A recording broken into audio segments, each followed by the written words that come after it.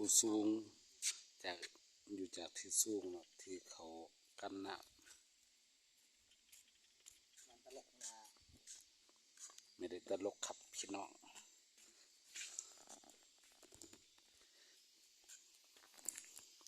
ความสูงก็สิได้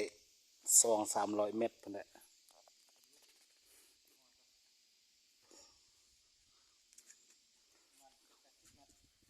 โอ้ยหอดนะ200-300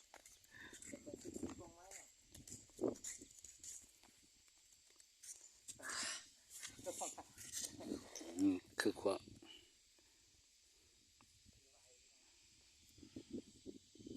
นี่คือทางระบายน้ำเวลาน้ำเต็มแล้วก็เขาจะระบายทางนี้แล้วบ่ให้น้ำมันล้นเนาะนี่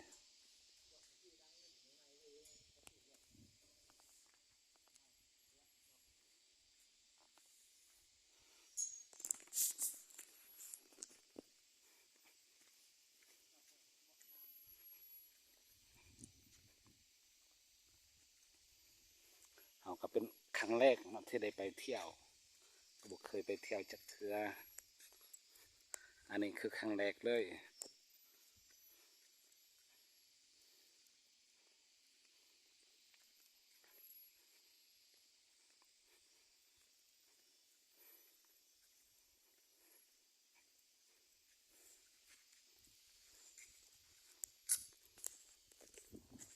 นี่คือนาภา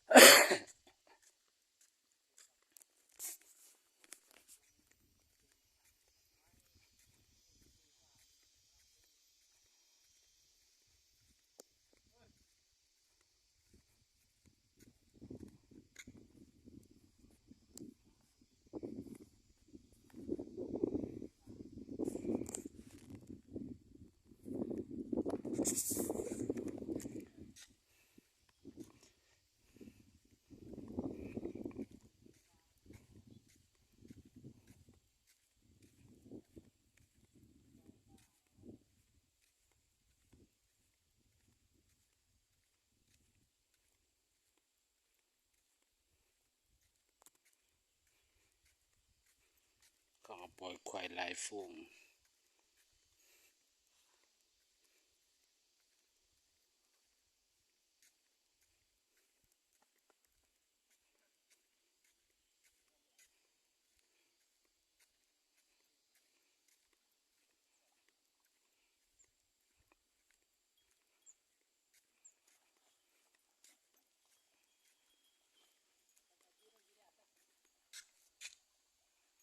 ฮอดแต่บ่แจ้ง